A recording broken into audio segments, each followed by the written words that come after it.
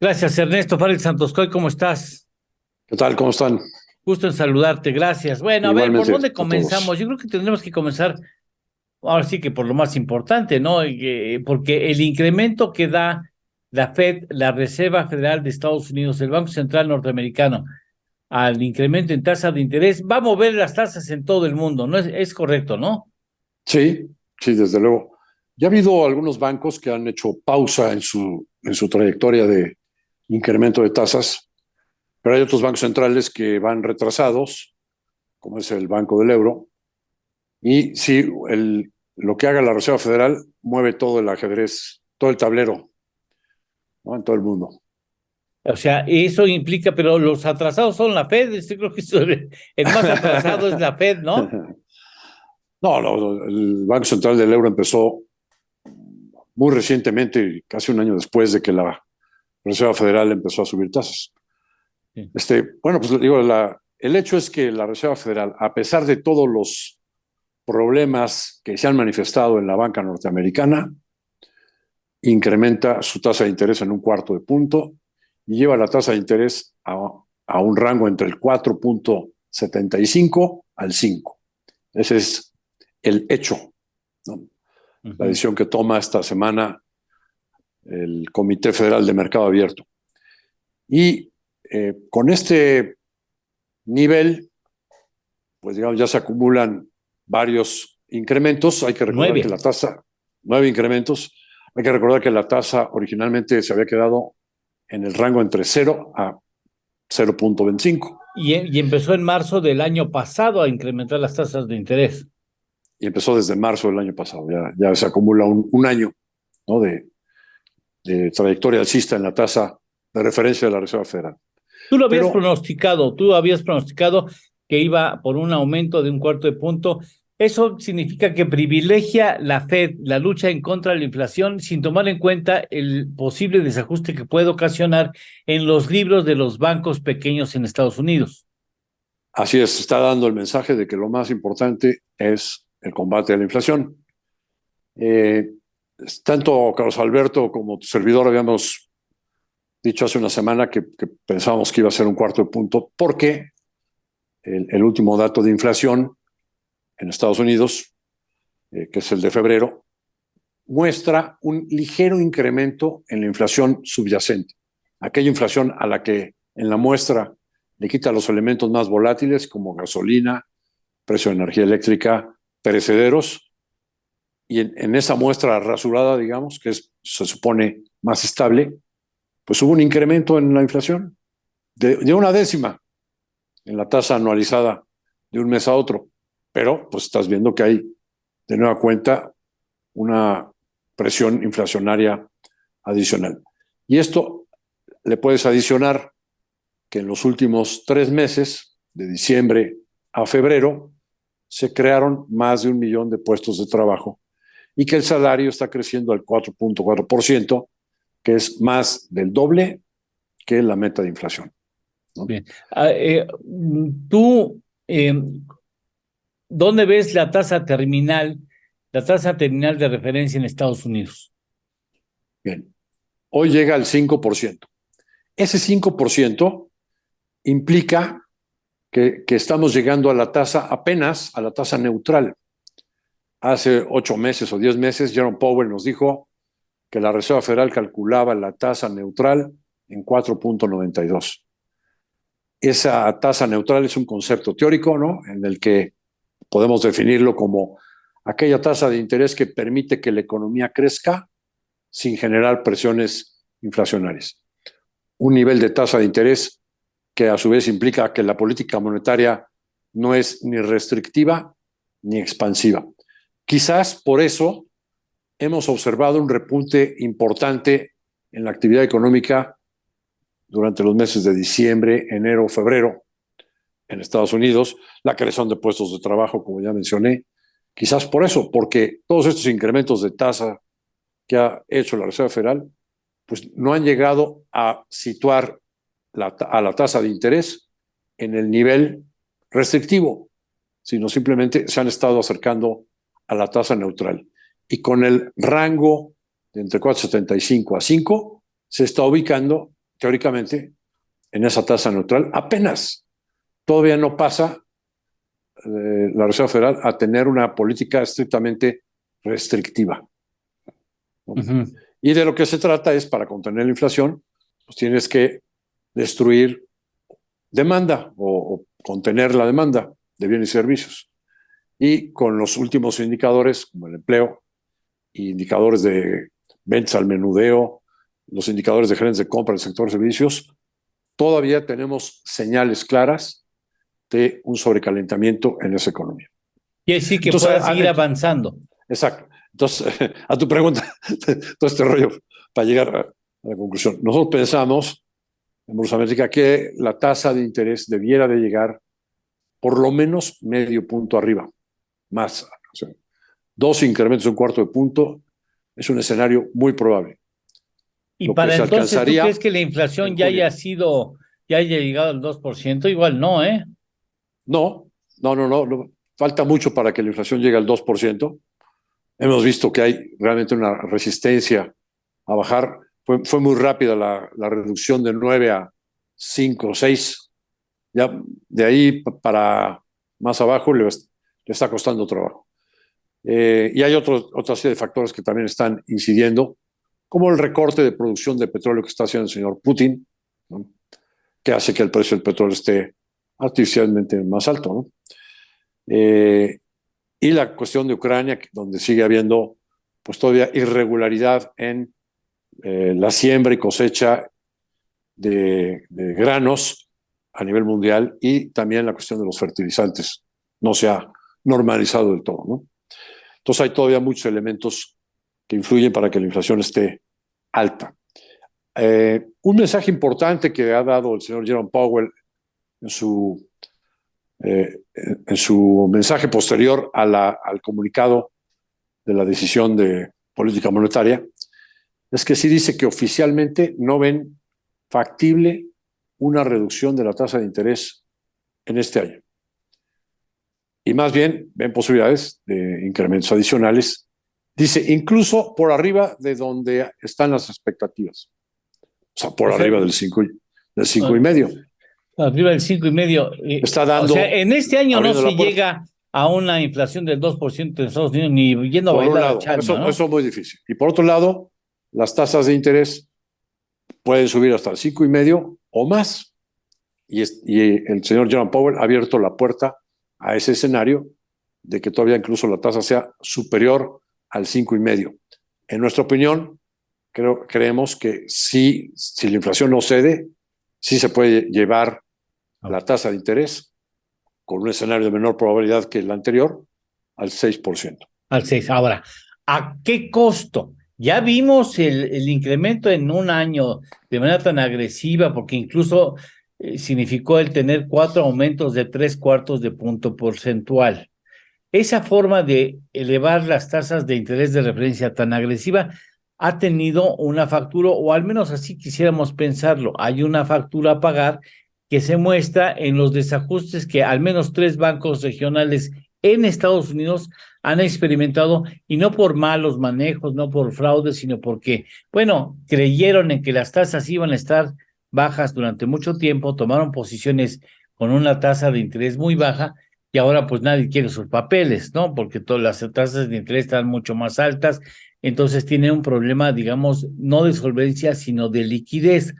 Aún corriendo el riesgo de que los 3 bancos se pudieran multiplicar las consecuencias de estas tasas de interés altas, digo, eso significa una apuesta importante. Sí. Lo que hemos visto, sobre todo en el Silicon Valley Bank, es, digamos, un reflejo de lo que es la política monetaria en la banca. Durante la pandemia, pues vuelven a aplicar políticas monetarias extremas, que implica crear dinero a lo bestia y bajar la tasa de interés a 0%. Esta creación de dólares, que fue impresionante, más de 3 billones de dólares se crearon en un corto plazo, pues le trajo como consecuencia a este banco un incremento en su captación muy importante. Más de 100,000 millones de dólares captó el banco. Era el número 15 o 16, ¿no? Del sistema bancario, 16, sí, del 16. sistema bancario americano. Bueno, pues recibió esa cantidad de dólares en depósitos. ¿Qué hace con estos recursos si no los puede prestar de la noche a la mañana? Pues invierto en bonos del Tesoro, que es lo más seguro, pero le creyeron al discurso que manejaba la Reserva Federal, el Comité del Mercado Abierto, Jerome Powell, diciendo que ellos iban a mantener la tasa de interés mucho tiempo más, que iban a tolerar una inflación arriba del 2% por varios meses o años y que no iban a subir la tasa. Entonces, compra bonos del Tesoro a 10 años. Pero luego no hacen la administración de riesgos adecuada y no cubren el riesgo de que la tasa de interés se suba, lo cual implicaría que el precio de los bonos se cae, ¿no? Y luego, pues parece que escondieron las cifras, o los auditores hicieron guajes, o las calificadoras también se hicieron de la vista gorda. Total, que tuvimos todo el año pasado de incrementos importantes, como ya lo mencionaste, en las tasas de interés. Y es hasta el cierre del año que se conocen los resultados, los estados financieros, ya hace unas cuantas semanas, que entonces la calificadora Moody's le dice al banco, oye, pues sí te vamos a bajar la calificación por lo menos 2 escalones. Y entonces el banco contrata al mejor banco de inversión, que es Goldman Sachs, para tratar de levantar capital y resolver el problema que se le venía enfrente con las pérdidas que estas posiciones de bonos pues estaban reflejando en los estados financieros. En el estado de resultados solo presentaron 3.200 millones de dólares de pérdida. Pero la minusvalía con los incrementos de tasas y las posiciones tan fuertes que habían agarrado de bonos, pues andaba por ahí de los 15,000 millones de dólares. Y ellos tienen o tenían un capital de 16,000 millones de dólares. Ya para eso al cierre del año 22, ya para estas alturas el capital está completamente borrado. Si el banco no cubrió los riesgos de alza de tasas y tiene una corrida de depósitos y entonces tiene que salir a liquidar al precio que sea los bonos para poder pagar los depósitos que le están reclamando, pues es perder completamente su capital, y eso fue lo que pasó en cosas de 24 horas, ¿no? Entre jueves y viernes de la semana antepasada. Déjame hacerte un par de preguntas después de una pausa comercial con respecto a los muertos en el closet. Hacemos una pausa y regresamos. Estamos en Economía de Frente.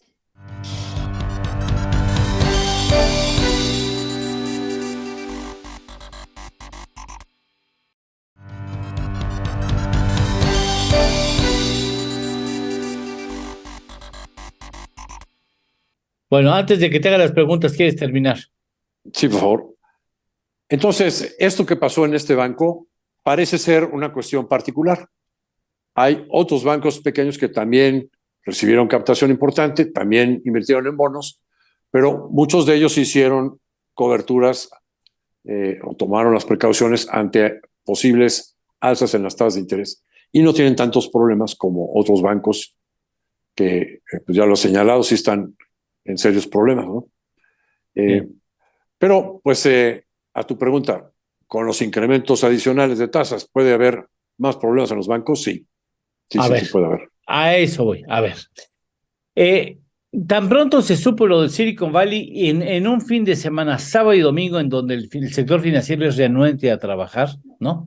Se pusieron así en tanto la Fed como el Departamento del Tesoro estadounidense, equivalente a la Secretaría de Hacienda en México, y se pusieron como locos a trabajar para lanzar un mensaje así intensivo en las redes sociales y en los medios de comunicación electrónicos, la radio y la televisión, diciendo que no se preocupen, vamos a respaldar cualquier solicitud de recursos de cualquier banco, no hay problema de solvencia, aquí no hay problema. Lo que querían evitar es que alguien gritara en el cine fuego para que todo el mundo saliera como estampidas a buscar sus pocos recursos, y eso sí ocasionara un problema en los mercados. Pero ese exagerado miedo de que este asunto llegara a presentarse puede hacer pensar que hay asuntos en el closet que no se han mostrado y que hablan de la vulnerabilidad del sistema bancario y financiero mundial. ¿Hay un problema o hay varios problemas de los que no ¿Cuál? quisieran hablar los financieros y los banqueros a nivel mundial, Ernesto? Como tuvimos varios años, y últimamente con los años de pandemia, 2021, con exceso de inyección de liquidez, ¿no? Creación de dólares, pero también hubo creación de euros y de yens y de eh, francos y de todo. Todos libras esterlinas. Todos crearon en exceso dinero, todos los bancos centrales. Y tasas de interés muy bajas, pues lo lógico es que muchas empresas y familias se endeudaron aprovechando tasas bajas. Cuando viene el alza de tasas de interés, sí es relativamente normal que se incremente la cartera vencida. O sea, de repente, si la tasa estaba al un cuarto de punto, ¿no? Medio punto en tu crédito, y de la noche a la mañana, no, pues ahora ya tienes que pagar 4%, 5% de tasa de interés o más, pues a lo mejor ya no te alcanza tu ingreso para pagar ese gasto financiero de tu deuda. Y entonces, Sí, pues te vas a default de la deuda, ¿no? A cartera vencida. Y esa cartera vencida implica pérdidas para los bancos y se refleja en pérdida de capital. Y pues los bancos tienen que guardar una relación del total de sus créditos contra el capital. Entonces, es un problema que se puede ir acentuando, se puede ir profundizando en la medida que los bancos pierden dinero, tienen menos capacidad de crédito y entonces van cerrando las llaves del crédito, ¿no? De hecho, nada más con todo este problema que ha sucedido pues lo que hemos visto en Estados Unidos, que es que mucha gente ha sacado su dinero de los bancos pequeños y los ha puesto en los bancos grandes. Ahorita explicamos por qué. sí, Pero bueno, pues eso al final de cuentas implica que va a haber más precaución en el otorgamiento de crédito, por lo menos, ¿no? Más sí, dificultad para obtenerlos, ¿no? claro. Y el incremento de tasa en sí te puede llevar y menor crédito te puede llevar a un escenario más probable de recesión, que ya lo habíamos platicado aquí, se ha pospuesto en lugar de estarlo focalizando el inicio en el segundo trimestre, ya lo vemos más bien hacia el cuarto trimestre o principios del año entrante.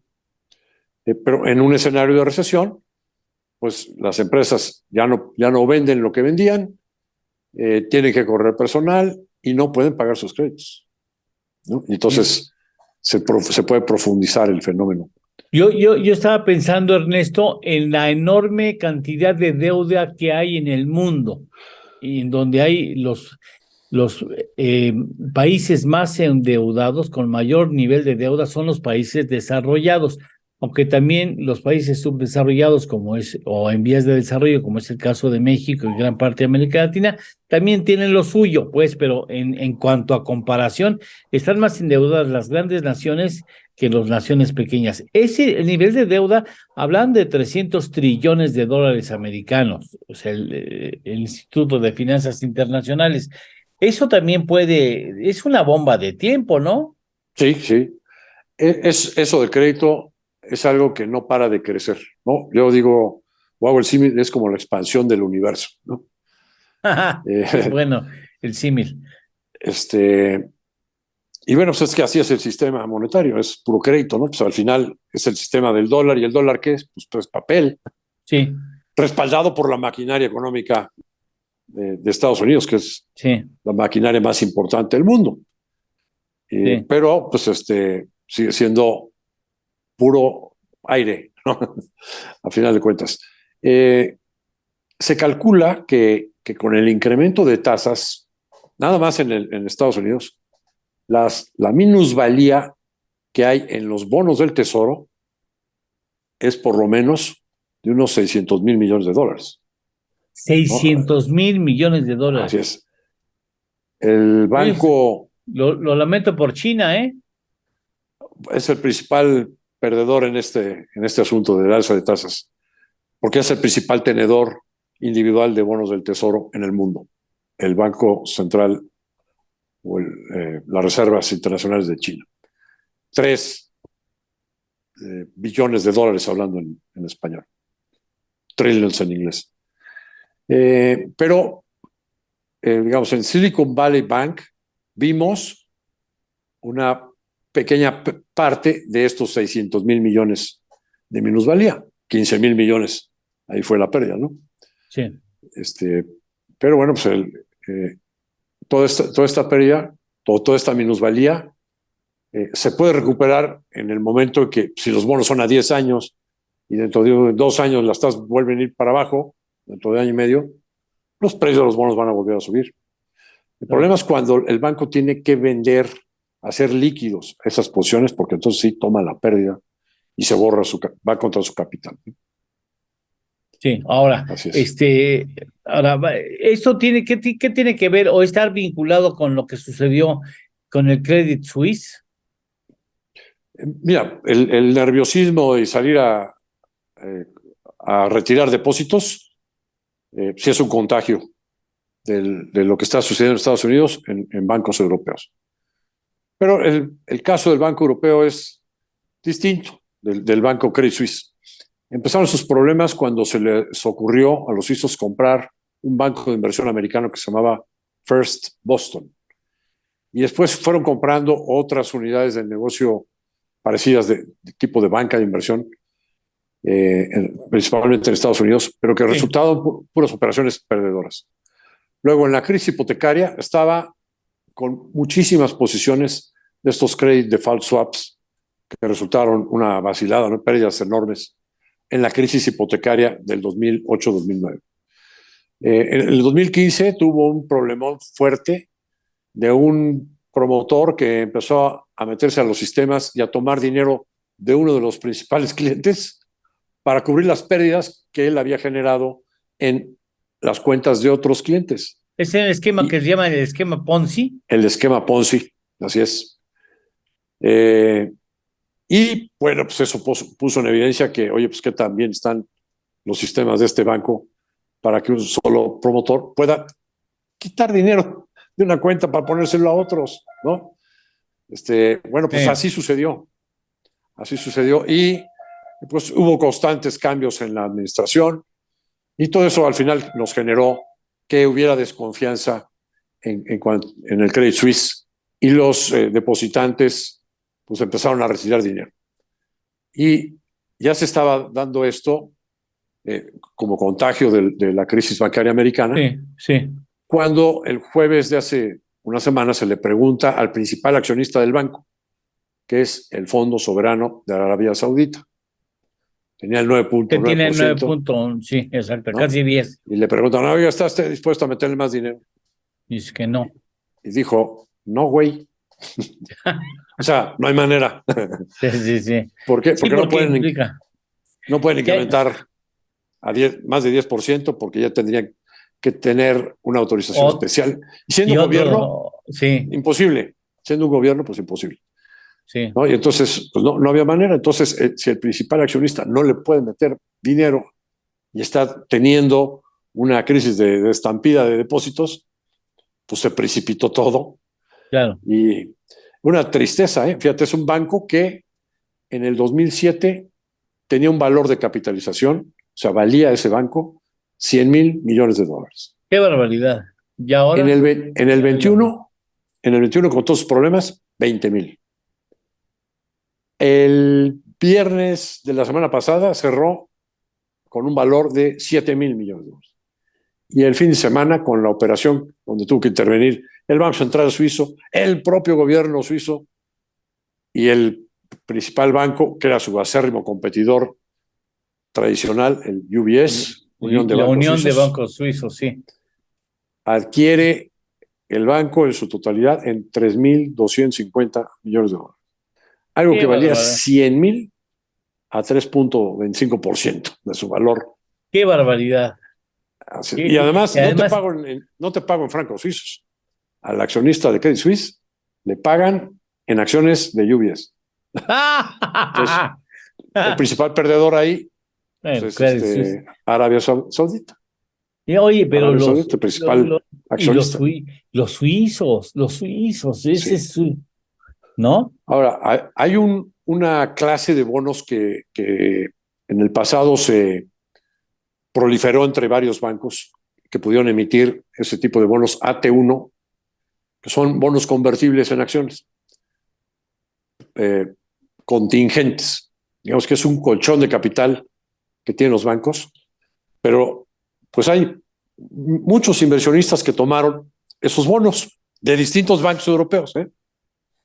Qué barbaridad. En el caso de Credit Suisse, gobierno y Banco Central, que es el regulador, decidieron que los bonos emitidos por Credit Suisse, que habían emitido 17,000 millones de dólares equivalentes, valen cero.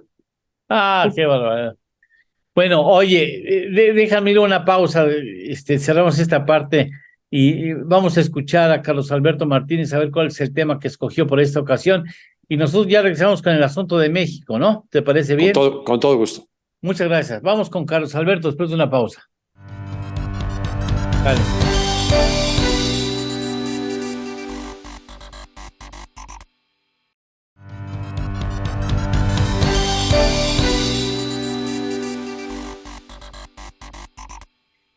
Carlos Alberto Martínez, bienvenido a Economía de Frente, en tu programa. Ernesto Farid Santos Hoy, ya lo escuchaste, habla de economía de Estados Unidos, tasas de interés en la Unión Americana, nos explica qué diablos pasó con Silicon Valley Bank, hablamos de la deuda global en el mundo como un muerto en el closet, y quizá valga la pena en este segmento que tú nos recopiles esa información y digas cómo ves las cosas, si este asunto de los bancos de regular tamaño en Estados Unidos, lo del Credit Suisse, pueden extenderse, pueden dar otras muestras de agotamiento en el sistema bancario mundial. Sí, mira, definitivamente sí, porque obviamente pues ahorita con los 4 bancos que presentaron problemas, cualquiera puede decir, no, pues es que sí, pero la verdad es que aquí en este espacio lo dijimos desde el año pasado, que aquí lo que tenemos es el problema siguiente. Es imposible pensar que no va a haber una dificultad con lo que ya decía Ernesto, la cantidad de endeudamiento que hay en el mundo es gigantesca. Los gobiernos, las empresas y las personas están en general endeudadas.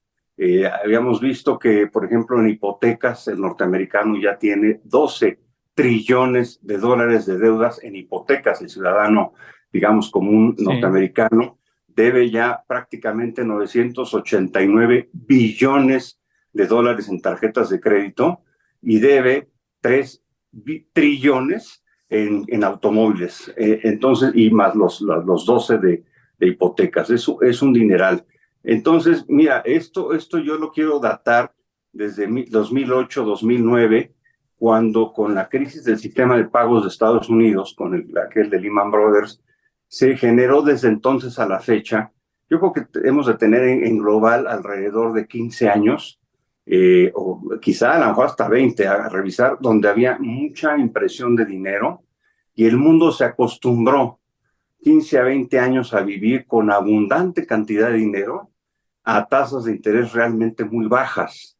Entonces, cuando tienes mucho dinero y tasas de interés tan bajas, pues los gobiernos se endeudan más porque sus colocaciones son más baratas, las empresas también adquieren más deuda y de alguna manera las personas que tienen acceso a un crédito también se endeudan.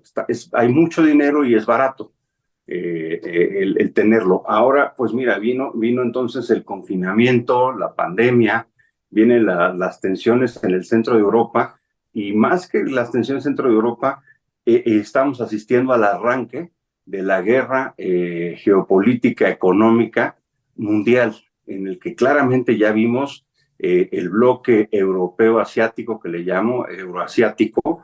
China ya está reunida con Rusia, y la India está con ellos, en fin, muy probablemente Sudáfrica, algunos países de América Latina pudieran jalar hacia ese bloque, típicamente Brasil, que todo básicamente su comercio lo lleva con Europa y con China. No tiene interés Brasil en América, ¿no? En realidad como posibilidad de inversión. Y el otro bloque es el bloque occidental, que es Estados Unidos, obviamente con sus aliados típicos, las economías de mercado, y preferentemente Canadá y México. Esos dos grandes bloques también. Entonces tienes el confinamiento, esta guerra de los bloques, y luego vienes el retiro de dinero que se tenía que hacer porque es la principal causa de la inflación tan alta que estamos viendo. Entonces tuviste 20 años dinero regalado y ahora tienes la inflación más alta en 40 años. Entonces, esta parte pues tienes que cerrar y empezar a retirar dinero y a subir las tasas. Ya vimos el alza de tasas de interés en la Reserva Federal, que para mí, 0.25 puntos base, se quedó corto, porque con esa medida ni frenas la inflación, ni limitas la liquidez. O sea, no hiciste nada. ¿Me explico? O sea, mantuviste la señal de que la inflación sigue siendo tu principal interés y que vas a seguir buscando controlarla o anclarla. Pero la verdad es que 0.25, pues te digo, ni frenas la inflación con eso y tampoco retiras liquidez de manera importante. Entonces, como que fue una decisión así como de wishy-washy, ¿no? Ni sí ni no, sino todo lo contrario. Pero vamos, se subió la tasa.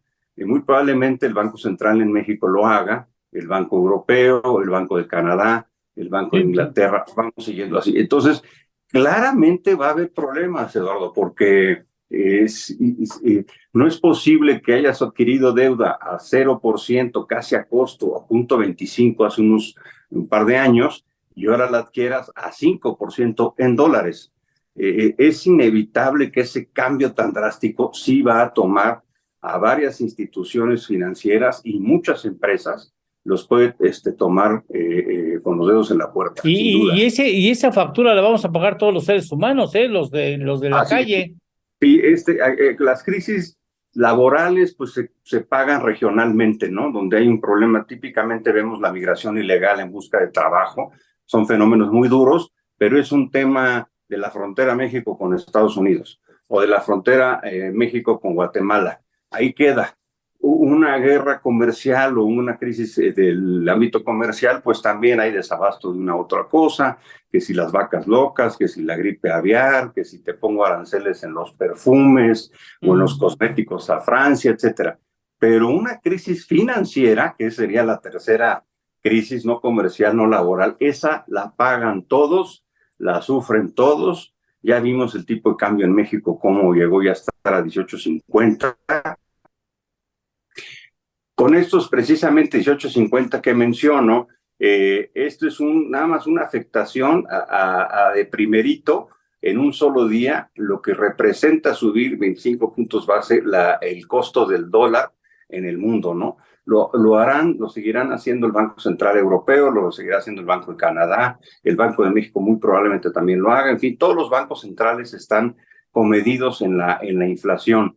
Y eso significa tasas de interés altas, eso significa retiro de liquidez y evidentemente pues va a haber muchos bancos que tomaron deuda o colocaron emisiones en dólares a 0.25, a 0.50. Hoy pagarlas a 5 y subiendo, es evidente que va a haber gente que ya no va a poder pagar sus créditos, o va a haber bancos que los va a encontrar demasiado expuestos, como fue el caso de Silicon Valley, lo mencionaba ya Ernesto, o va a agarrar a gobiernos o a empresas que no tengan nada que ver con el sector financiero, endeudadas a una tasa y hoy tienen que tener otra tasa, o simplemente para seguir operando, tienen que adquirir crédito ya más caro. Entonces, sí, o sea, sí va a haber caída de fichas. Exactamente, sí, sin duda alguna. Sí va a caer las fichas. Fíjate que ya todavía, si veíamos a los analistas la semana pasada, semana y media, sí decían que los bancos Silicon Valley era un asunto muy particular, rápidamente se resolvió, el Signature Bank también, el First Republic, el Credit Suisse, se resolvieron en un día, más o menos. Pero hoy ya, escuchando a los amigos y colegas de Nueva York, en Miami, en Londres, y les preguntas, ¿y habrá una crisis de bancos? ¿Habrá otro banco que pueda fallar? Ya ninguno dice, no, es nada más Silicon Valley, fue porque tuvieron bonos del tesoro y son bonos más caros, o porque el otro no pudo invertir el país árabe, que es el principal socio de crédito. No, ya ninguno, ya todo el mundo dice, no, pues yo ya no sé. Y las pruebas de estrés que se le hicieron a los bancos a raíz de la crisis del 2008-2009 no aplican para ahorita. Ahorita es alta inflación, altas tasas de interés, retiro de liquidez, tensiones geoeconómicas y comerciales. Es otra prueba de estrés a las que deberían estar sujetándose ya los bancos ahorita mismo, ¿no? O sea, ahorita no se podría firmar con toda seguridad que no va a haber otra crisis global. No es No, posible. ya no, sí, ya nadie se avienta, ¿eh? Mira, todavía te digo, la semana pasada decían, no, pues estos bancos son particulares casos, pero decía yo, oye, pues no quebró un banco de Haití y un banco de Uruguay, que son chicos, ¿no? No, o sea, que quebraron 3 norteamericanos ubicados en las primeras 20 Sí. posiciones de los 5,000 bancos que tienen ellos, y quebró uno suizo, que es la cuna de la banca, ¿no? Sí. Suiza. Entonces, no fue Y, y, menor. y, co- y- y con el riesgo de que las tasas se tengan que ir arriba del 6%, porque cuando No, sí, llegue sí, sin Fed a duda. 6%, la inflación no está a 2% en Estados Unidos. No, todavía no va a llegar. Entonces, te digo, el punto 25 para los mercados fue bueno, pero para el ciudadano común es corto, porque si bien nos encarece nuestro crédito, nuestra tarjeta, nuestro crédito hipotecario, también no permite que los bienes y servicios se sigan encareciendo. Ya hemos visto, por ejemplo, la inflación de los alimentos solo en México ronda Sí, en el 12,8%, sí. no en el 8 de la inflación. Entonces, a nosotros, los ciudadanos comunes, no nos interesa que les guste o no a los mercados. Lo que nos interesa es que en el mercado al que vamos, el huevo, el pollo, ¿verdad? La tortilla, el aguacate, estén a un precio accesible. Esa es la meta de los bancos centrales. No las calenturas de los mercados allá arriba, ¿no? Sino abajo es en donde ya está pegando. Entonces, sí, las tasas deben de seguir subiendo todavía más. Carlos, muchas gracias por haber participado con nosotros en tu programa de Muchas Economía de gracias. Frente. Muchas gracias. Hasta la próxima semana, si así lo espero. Gracias, Eduardo Ernesto, gracias. Gracias. Seguimos con Ernesto Pérez Santos Coy, hablando ya de la economía mexicana.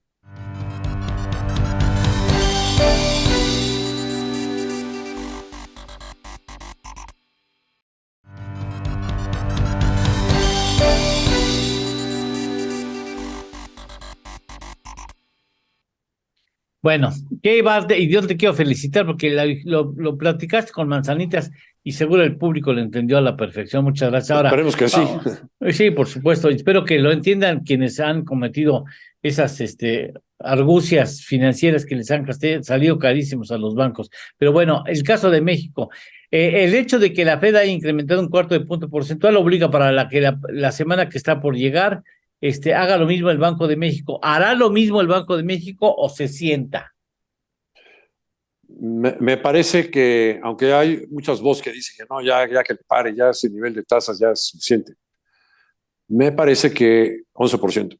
Me parece que el Banco de México pues tiene que seguir subiendo la tasa porque la Reserva Federal está subiendo y porque los datos de inflación, aunque el último dato Uh-huh. eh, fue bueno, ¿no? Ya se vio una ligera baja en la inflación subyacente y la inflación general ya está abajo del 8 y lleva ya una trayectoria, ¿no?, de 3 quincenas consecutivas bajando. Pues de todos modos sigue estando altísima en relación a la meta, que es 3%. ¿No? Le Sí, dan un colchoncito de, bueno, 4, un punto más, pero pues estamos todavía casi al doble, ¿no?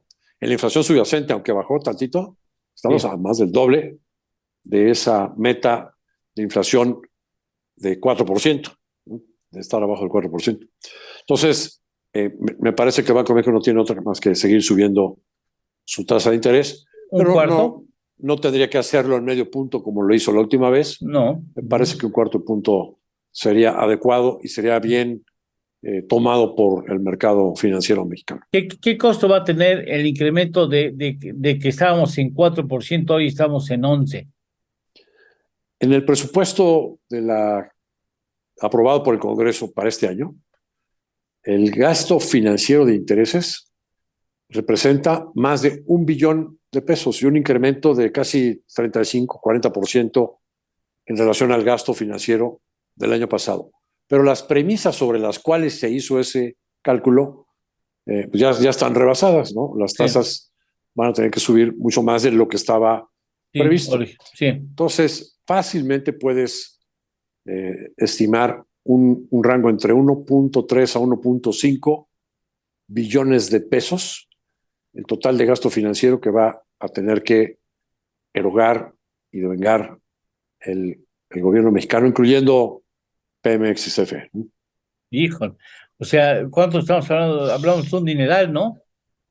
1.3, 1.5 billones de pesos para un PIB de alrededor de 24, 25 billones de pesos. Hijo. Sí, eso es un chorro. Sí, es mucho dinero. Así es. Va a ser como un incremento como de 50% en relación al gasto financiero del año pasado. ¿Dónde ves la tasa terminal en México? La tasa de interés terminal en México. ¿En dónde queda, digamos, el último incremento de tasa? 12 y medio. Si aplicamos la misma lógica que comentamos ahorita para la Reserva Federal, 2 incrementos de 1/4 de punto adicionales a los que haga en esta ocasión, la semana entrante. La semana entrante la llevaría al 11.25. 2 incrementos adicionales, la tasa terminal estaría en 11.75. 11.70, ¿no llega a 12? ¿Crees que no llega a 12? Bueno, si en Estados Unidos, en lugar de 5.5, tiene que subirse medio punto más, pues en México tenemos que estar hablando de hasta 12.25. Híjole, por lo menos. No es muy cara para pensar Carísimo. en un daño muy importante a la actividad económica. Carísimo, sí. Sí. Y con eso, bueno, pues es que el Banco de México además tiene un mandato y es atacar la inflación. Pero hay muchos elementos más allá del ámbito monetario que están generando inflación, ¿no? Sí. Por ejemplo, la prohibición de maíz transgénico amarillo, pues implica inflación, ¿no? Por ejemplo. Sí. La corrupción implica inflación. La inseguridad implica inflación. Sí. No, pero el asunto del maíz transgénico va a salir carísimo. Pues vamos a suponer que al margen de las sanciones, el simple hecho de comprar maíz amarillo, digamos, orgánico, es mucho más caro en el mercado, ¿eh? Claro. Y no lo hay. No lo hay para las cantidades que necesitamos. Entonces, cuando tú ves esa realidad, mejor te quedas calladito, ¿no? Así es. ¿No? Así es. Entonces hay elementos internos que nos generan inflación. La economía mexicana está pasando por una racha positiva. Sí estás viendo indicadores bastante positivos. Por ejemplo, la inversión de portafolio, la inversión financiera, inversión extranjera financiera. ¿Cuánto dinero está entrando de nueva cuenta a invertir en bonos del gobierno mexicano en pesos? No sé si recuerda las cifras, pero así a grandes rasgos. No me acuerdo. Era febrero del 2010. Llegó a estar en 116,000 millones de dólares el saldo de valores gubernamentales en pesos en manos de residentes del exterior. 116,000 millones de dólares. Empezó a descomponerse el entorno, si no fue el 20, el 19. Empezó a descomponerse el entorno. El 19, 2019. Y hace unos cuantos meses, con un tipo de cambio más alto, ¿no? Llegamos a estar abajo de los 80,000 millones de dólares en este saldo de tenencia de valores gubernamentales en pesos en manos de residentes del exterior. Bueno, pues ya el último dato que tenemos vuelve a subir este saldo a 90,000 millones de dólares. Ya, se recupera. Así es, y esa entrada de recursos a invertir en bonos del gobierno mexicano en pesos explica por qué tenemos tasas a largo plazo tan bajas en relación a cómo está la tasa a un día, ¿no? Una cosa es la expectativa de que se ve en la curva de rendimientos de que las tasas van a bajar en el futuro, pero ha sido exagerado que ves tasas a 10 años al 9.60 y las tasas de corto plazo arriba del 11, ¿no? Sí. Una curva de rendimientos invertida. Sí. Bueno, pues es que está entrando dinero a comprar este tipo de bonos. Y también te explica el por qué el tipo de cambio llegó abajo de 18.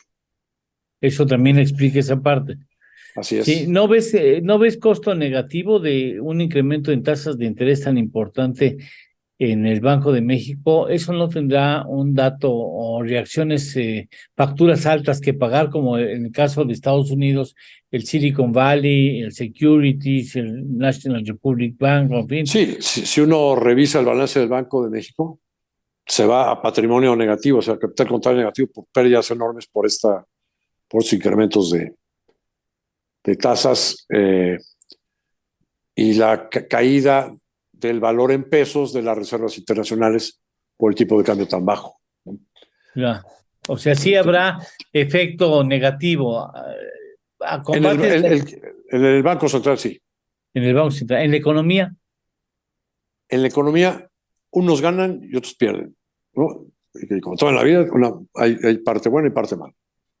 Con una política monetaria como la que ha manejado Banco de México, con un diferencial importante en las tasas en pesos en relación a la tasa en dólares y además con un anticipo, se anticipó un año a los incrementos de tasas. Se logró estabilidad cambiaria y un tipo de cambio pues, que tuvo trayectoria a la baja. O sea, una de las monedas más fuertes en el mundo, ¿no? ya. Por esta política. Y eso a su vez genera menos inflación. Un tipo de cambio Bien. más bajo, menos inflación. Pero hay exportadores que perdían a 17.90 hasta la camisa, porque tienen costos en pesos y precio en dólares de exportación. O sea, a ellos los estrangularon. Otros exportadores, la mayoría de sus insumos también son importados, entonces se compensa tus importaciones a un precio más bajo en pesos, por el tipo de cambio más bajo, con las exportaciones también a un tipo de cambio más bajo, que representan también menos pesos, pero se compensa. Entonces hay unos que ganan y otros que pierden en estos vaivenes, ¿no? Ahora, la situación de la economía, que al parecer se esperaba un dato muy negativo al término del 2023 en cuanto al desempeño económico.